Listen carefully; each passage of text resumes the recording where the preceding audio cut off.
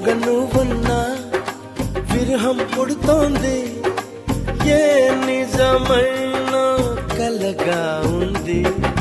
విసుగేతో కలిగింది, దిగులేతో పెరిగింది, అసలేతో జరిగింది, మతి కాస్త పోయింది.